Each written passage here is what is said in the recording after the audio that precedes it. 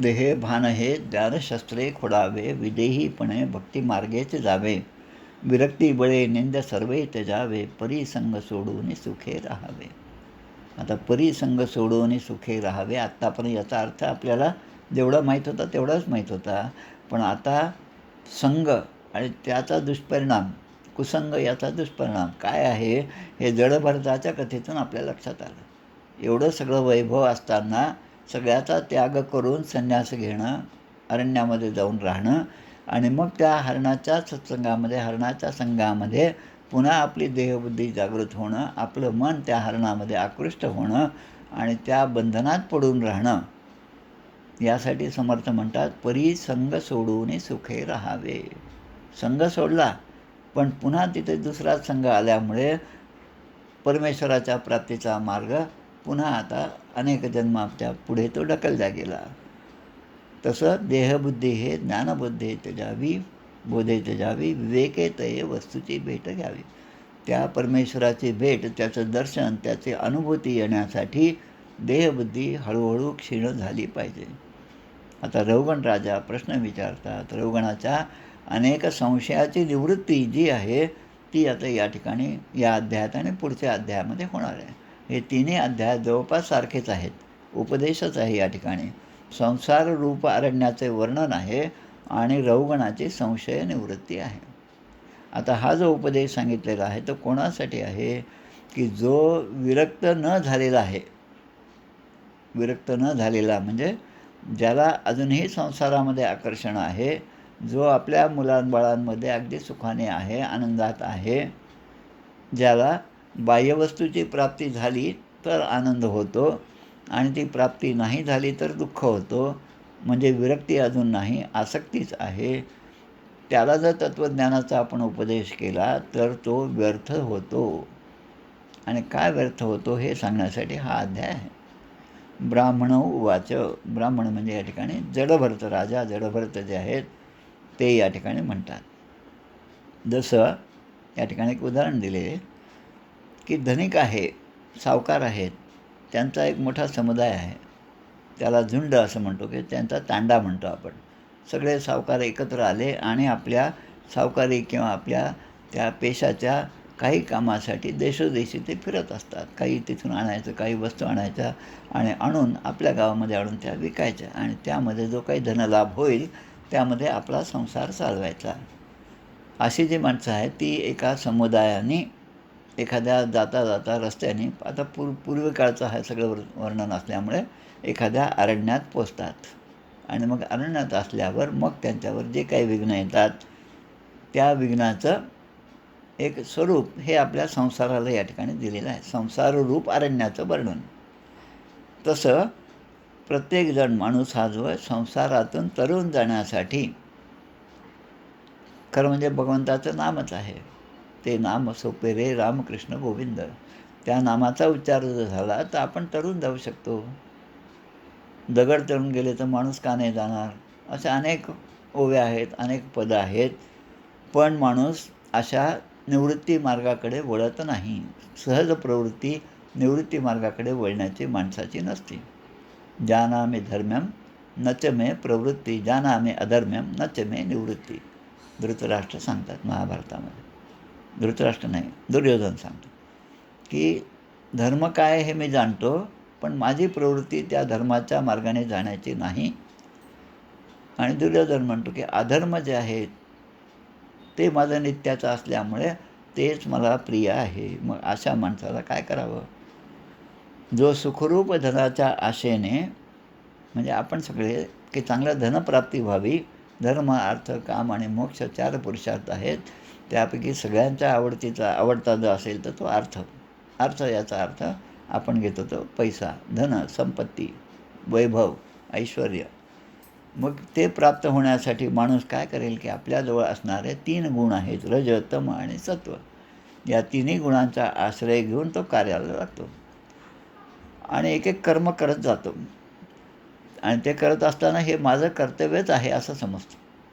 रस्त्यात एखादं पैशाने भरलेलं पाकीट दिसलं तर त्याच्या मनामध्ये विचार येतो की अरे नाहीतरी हे पडलेलंच आहे आणि इथं कोणीच नाही, मला पाहणारं पण कोणी नाही, मग मी ते उचलायला काय हरकत आहे असं म्हणून ते पाकीट तो उचलतो.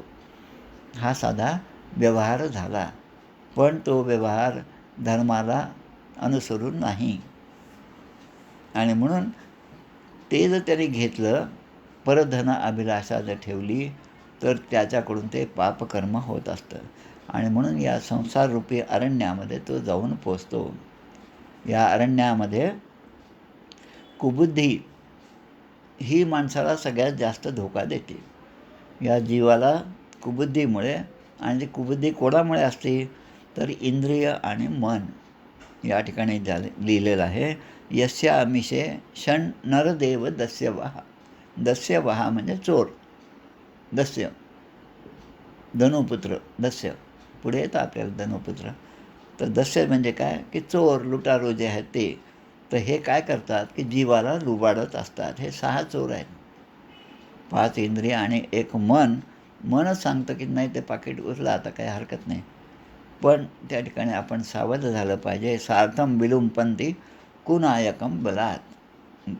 पण त्या जंगलामध्ये गेल्यानंतर जसं त्यामध्ये लांडगे असतात, इतर सगळे मेंढरं सगळे चरत असतात, पण लांडगा जो आहे तो लबाड लांडगा, ढोंग करतं जे गाणं आहे की नाही, तसं लांडगा जो आहे तो झाडाच्या मागे लपवून या सगळ्या मेंढरांचा अभ्यास करत असतो, की यापैकी कोणाला आपल्याला पळवता येईल. आणि असा अभ्यास करून तो पुढे येतो आणि एखादं त्यातलं पिल्लू जे आहे ते उचलतो आणि पुन्हा तो घेऊन जातो. आता ही चटक एके दिवशी लागली की दुसऱ्या दिवशी पण सुद्धा तीच चटक लागते आणि तोच ते शोध घेत राहतो. तसं मेंढरातील या कळपाप्रमाणे आणि त्या लांडग्याप्रमाणे संसारामध्ये असताना स्त्री पुत्रादी रूप कोल्हे, आता या ठिकाणी म्हणलेलं आहे, स्त्री पुत्रादी रूप कोल्हे यथोरणम मृकाहा. अरण्यातील लांडग्याप्रमाणे स्त्री आणि पुत्र असं लिहिलेलं आहे. म्हणजे आता लक्षात घ्या, आपण आपली स्त्री, आपला पती, आपला पुत्र यांच्यावर प्रेम करावं की नाही, असे सगळे प्रश्न आहेत. गीतेमध्ये अर्जुनाने असाच प्रश्न, व्यामी श्रेणेव वाक्येनं. व्यामी श्रेणे म्हणजे भगवंता तुझं जे सांगणं आहे ते असं आहे की त्याचे 2 अर्थ निघतात. एकीकडे मला तू युद्ध करायला सांगतो आणि एकीकडे युद्धामध्ये काय नुकसान आहे हे सुद्धा सांगतोस. मग आता मी युद्ध करावे की नाही हे मला नक्की सांग. काय ते एक सांग, 2 माझ्यासमोर सांगू नकोस. असं जसं आहे तसं या ठिकाणी या संसारामध्ये प्रत्येकजण गुरफटला आहे. त्यांचा उद्देश हा स्वार्थाचाच आहे. परवा त्या सिरियलमध्ये होतं बा काहीतरी, कोणतं सिरियल आहे ते ठरलं तर मग त्याच्यामध्ये होतं. हे सगळे टी व्हीवरच्या ज्या बातम्या किंवा जे आहे ते पाहायचं कशासाठी, तर आपण जे काही हे सगळ्या अध्यात्मामध्ये शिकत आहोत त्याचा स्पर्श त्यामध्ये आहे का, आणि त्याचा स्पर्श ज्या ज्या ठिकाणी असेल, अध्यात्माचा स्पर्श, त्या त्या गोष्टी, सिरियल असो किंवा काही असो, त्या त्या गोष्टी माणसाला आकृष्ट करतात. पण त्यामध्ये 2 दिवस मी जर ऐकलं नाही की मग त्यात पुढे काय झालं असं जे माणसाला वाटतं ना, ते जडभरताचं हरिण योनीमध्ये जन्म घेण्यासारखं आहे. ती जोगतीन आली होती आणि तिने प्रत्येकाला सांगितलं त्या दिवशी, काल परवा झालं मला वाटतं. ती म्हणते अगदी जडभरताचा उपदेश होता तसं, की या ठिकाणी घरामधले जेवढे माणसं आहेत त्या प्रत्येकाचं नाव घेऊन सांगते, तुमचं जे प्रेम आहे एकमेकांवर पती पत्नीचं हे सुद्धा खोटं आहे, हे सुद्धा नाटक आहे. त्या आजीलाही पण सांगते, तू नातीवर जे प्रेम करते नातसुनेवर हे सुद्धा नाटकच आहे.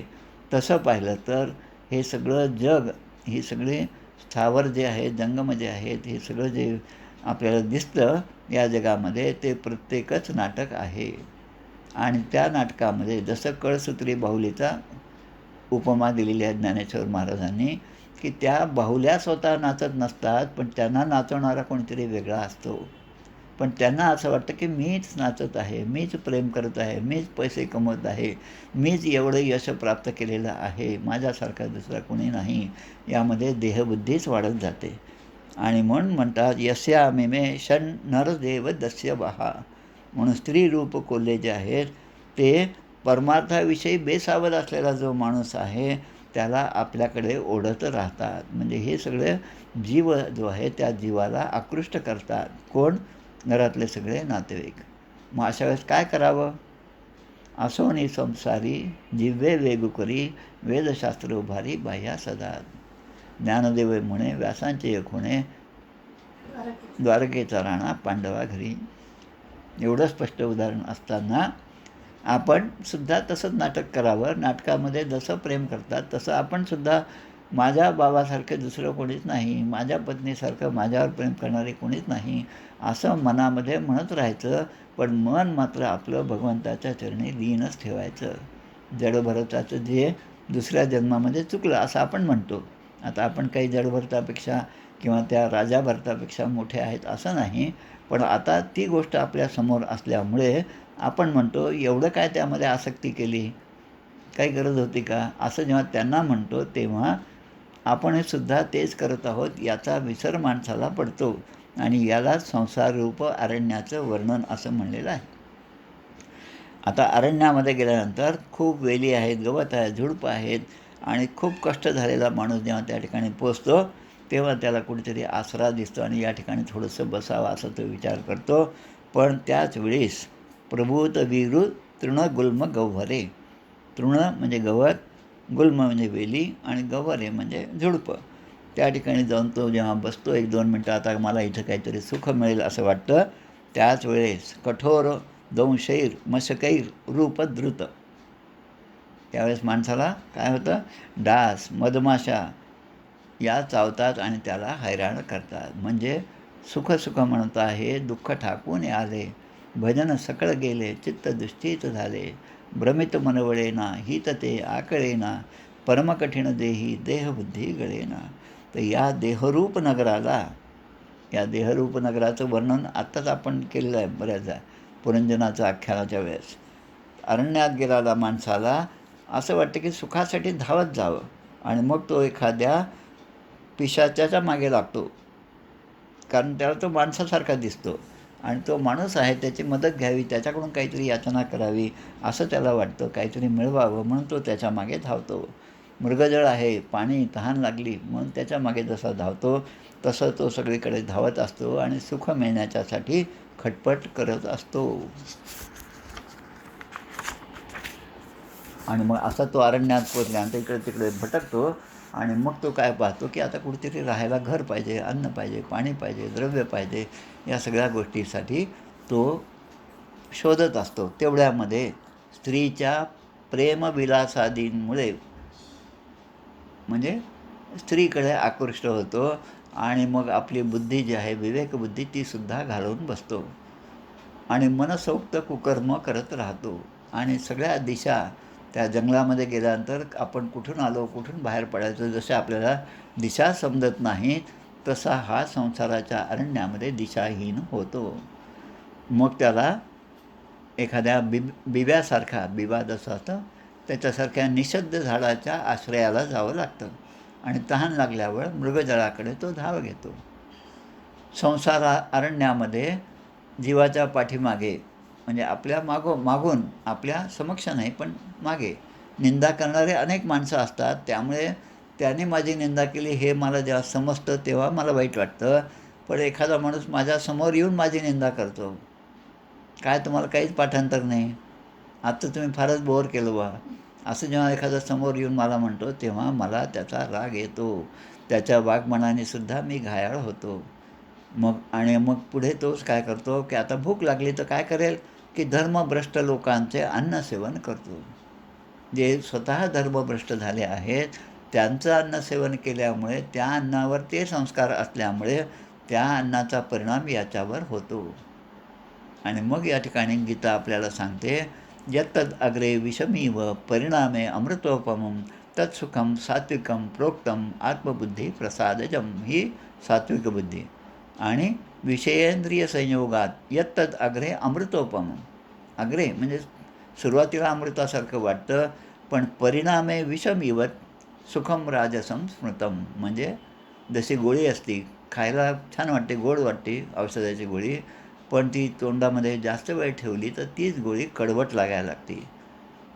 तसं हे राजस आहे आणि तसं तामस आहे. गीतेमधला श्लोक आहे 18व्या अध्यायामध्ये, यत्तद अग्रे चानुबंधेच सुखम मोहनम आत्मनः. आणि मग त्याचा परिणाम काय की निद्रा आलस्य प्रमाद तत्तामसम उदाहरतम. ती तामस वृत्ती आहे. आणि म्हणून अशा ठिकाणी माणूस त्यामध्ये गुरफटला जातो. मग तो राजा, आता त्या राजाला सांगतात की राजा तुझं कसं आहे म्हणे, की तू अधिक बलवान असलेल्या कोणी कधी याचे धन हिसकावून घेतले. म्हणजे एखादा बलवान माणूस आहे पण त्याचं धन कोणीतरी हिसकावून घेतलं, त्याला खूप दुःख होतं, शोक होतं. पण याचं धन जेव्हा ते चोरून नेतात आणि पळून जातात, तेव्हा त्यांच्याकडचं धनसुद्धा कोणीतरी तिसरा चोरून नेतो. असं सुद्धा या जगामध्ये होत असतं, संसारामध्ये. पण कधी काही ठिकाणी गंधर्व नगरीप्रमाणे, गंधर्व नगरी म्हणजे ज्या ठिकाणी फक्त नाच गाणे आहेत, त्या महिला त्या बायका त्या ठिकाणी नृत्य करतात, आपलं मन रिझवतात आणि तिथे प्यायलासुद्धा चांगलं सगळं मादक द्रव्य आहे. मग अशा ठिकाणी घटकाभर जावं असं माणसाला वाटतं आणि सुखासाठी तो त्या ठिकाणी जातो आणि आपलं दुःख विसरण्याचा तो प्रयत्न करतो आणि तो आनंद मानू लागतो. पण या ठिकाणीसुद्धा धोका आहे, हे सुद्धा त्याच्या लक्षात येत नाही. तसंच चलत क्वचित कंटक शर्करांघ्री, काट्याकुट्याने भरलेला मार्ग जो आहे त्यामध्ये चालत गेल्यामुळे, आणि आधीच तर पर्वतावर चढायचा आणि पुन्हा काट्याकुट्याचा मार्ग आहे, त्यामुळे तो आता उदास होतो. त्याप्रमाणे अनेक संकटं, काट्याकुट्याचा मार्ग म्हणजे अनेक विघ्न संसारात आली तरी जीव मोठमोठी कामे करण्याची इच्छा काही सोडत नाही. आणि मग काही वेळेस भूक लागल्यामुळे, पोटात जठराग्नी तापल्यामुळे आपल्याच नातेवाईकांच्या अंगावर तो चिडू लागतो. दासबोधात आहे पहा, बायकोशी म्हणे आगे कागे, थोडं मीठ झालं आळणी करता पाणी मागे. म्हणजे हे जे आहे आपल्याच माणसावर तो रागावा लागतो. आणि कधीकधी अजगराप्रमाणे, झोपरूपी अजगराप्रमाणे, एखाद्या मुडद्याप्रमाणे मेलेल्या माणसापर्यंत पडून राहतो. विवेकशून्य झालेला असतो हा संसारामध्ये आणि शुद्ध बुद्ध हरपून गेलेला असतो.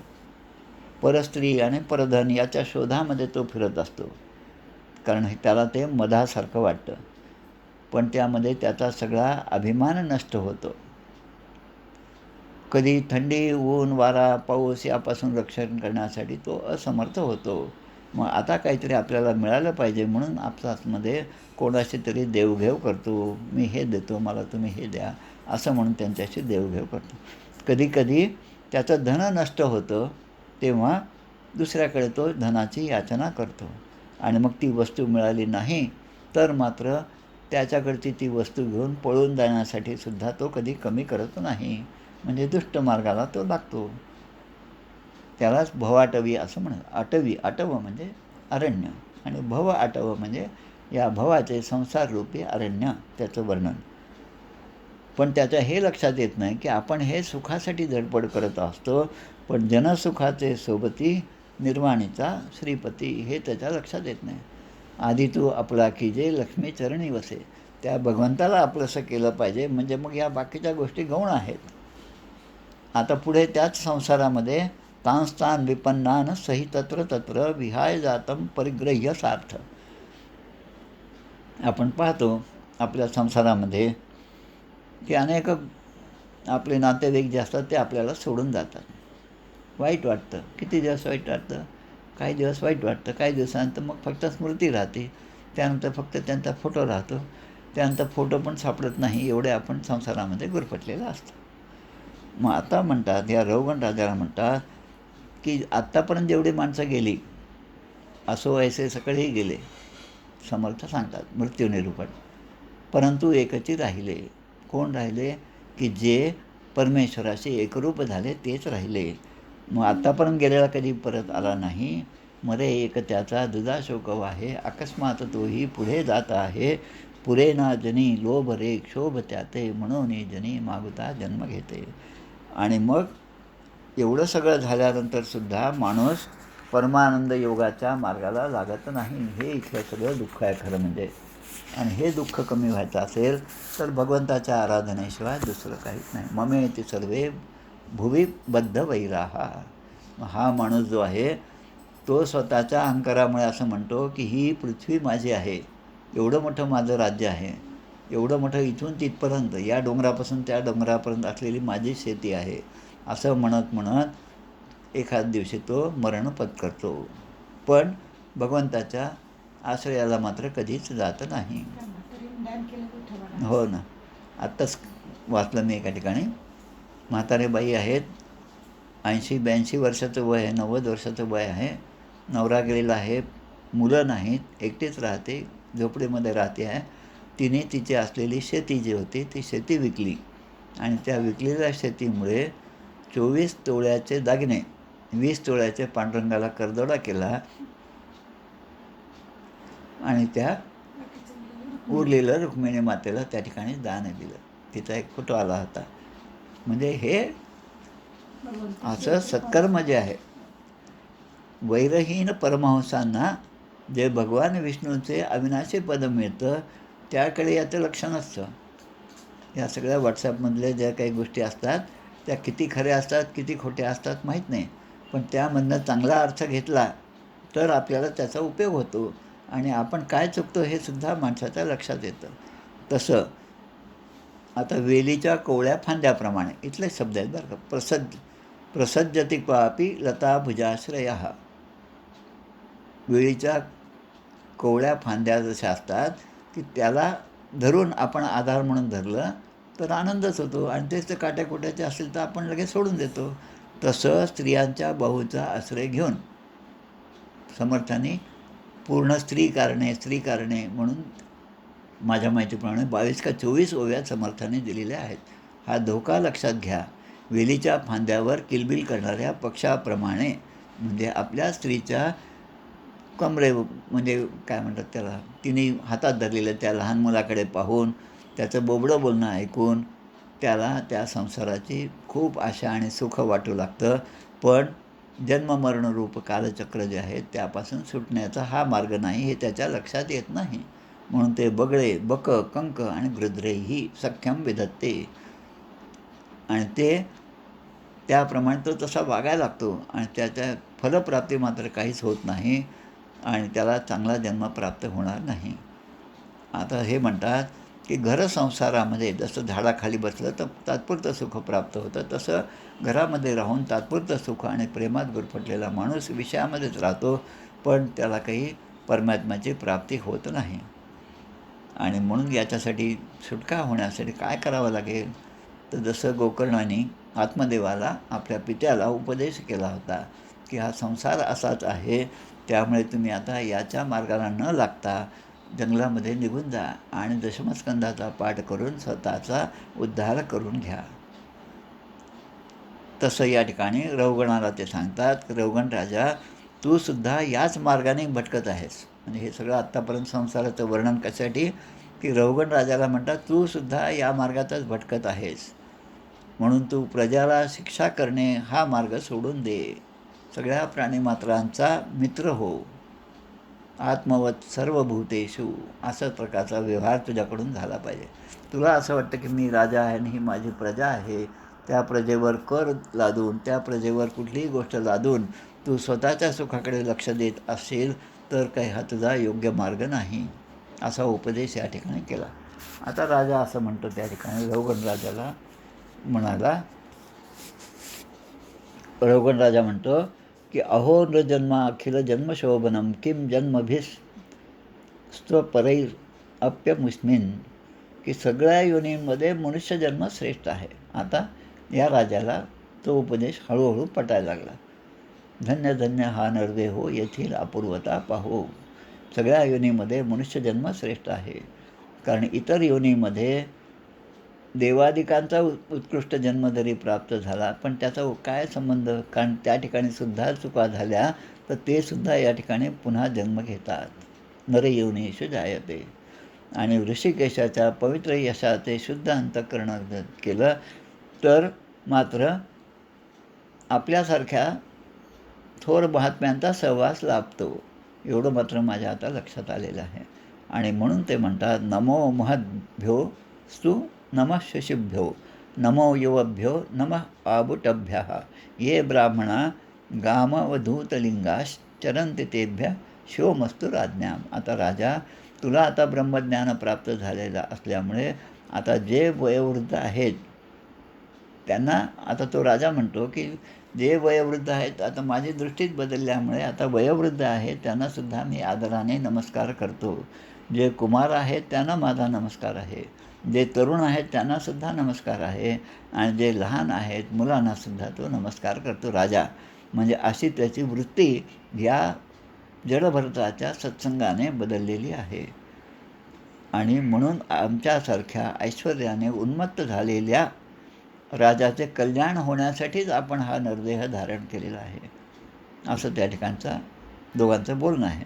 आणि मग शुकदेव परीक्षित राजाला सांगत आहेत, अशा प्रकारे प्रभावशाली अशा त्या जडभरताने ब्रह्मर्षीपुत्राने आपला स्वतःचा अपमान करणाऱ्या त्या रौगण राजालासुद्धा आत्मज्ञानाचा उपदेश केला आहे. आणि रौगण राजा दीन होऊन त्याच्या चरणांना वंदन करत आहे. असा भरत तशा स्थितीमध्ये भरतराजा म्हणजे जडभरत पृथ्वीवर पुढे भ्रमण करू लागला. आणि सवीरपती हा जो रौगण राजा आहे, हा त्याच्याशी झालेल्या सत्संगामुळे परमात्मा तत्त्वाचे त्याला ज्ञान झाले आणि अविद्येमुळे अंतःकरणामध्ये आत्तापर्यंत जी गोष्ट दृढ होती की देह हाच आत्मा आहे, ही गोष्ट त्या बुद्धीचा त्याने त्याग केला. म्हणजे जे लोक भगवंताच्या आश्रयाला असतात, अनन्य भक्तांना शरण जातात, त्यांच्यावर असा परिणाम होतो. आणि हेच आपल्याला समर्थ सांगतात, नासे अज्ञान दुःख भ्रांती, शीघ्रची येथे ज्ञानप्राप्ती. मग राजा परीक्षित म्हणतात की महाभागवत श्रेष्ठ मुनी शुकदेवांना म्हणतात की आपण खरंच मोठे विद्वान आहात. या रूपकाच्या द्वारे संसारामधल्या या अरण्याचं वर्णन आपण केलेलं आहे आणि हा बोध आपण माझ्यासाठी पुन्हा एकदा स्पष्ट करून सांगावा. म्हणजे अजूनही त्यांची तृप्ती झाली नाही. म्हणून म्हणतात श्रवणी जसा गुण परीक्षितेचा. कारण कितीही श्रवण केले तरी तृप्ती न होणं ही खरी जिज्ञासा आहे.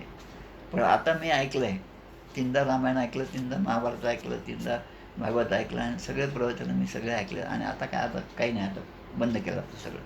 असं जे आहे असं न वाटता ती जिज्ञासा अधिक अधिक वाढली पाहिजे. कारण सगळीकडे एकच आहे, एकम सत्विप्रा बहुधा वदंती, याप्रमाणे सगळीकडे तेच असतं. पण सेविलेचे सेवावे अन्न, घेतलेचे घ्यावे जीवन, तैसेचे श्रवण मनन केलेचे करावे. अशा प्रकारे हा कितवा 13वा अध्याय. इति श्रीमद्भागवते महापुराणे पारमहंस्यां संहितायां पंचमस्कंदे त्रयोदशोऽध्याय. श्रीकृष्णार्पणमस्तु.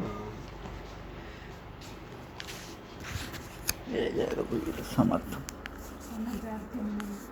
आता आरती म्हणूया आपण 1-2 मिनटं.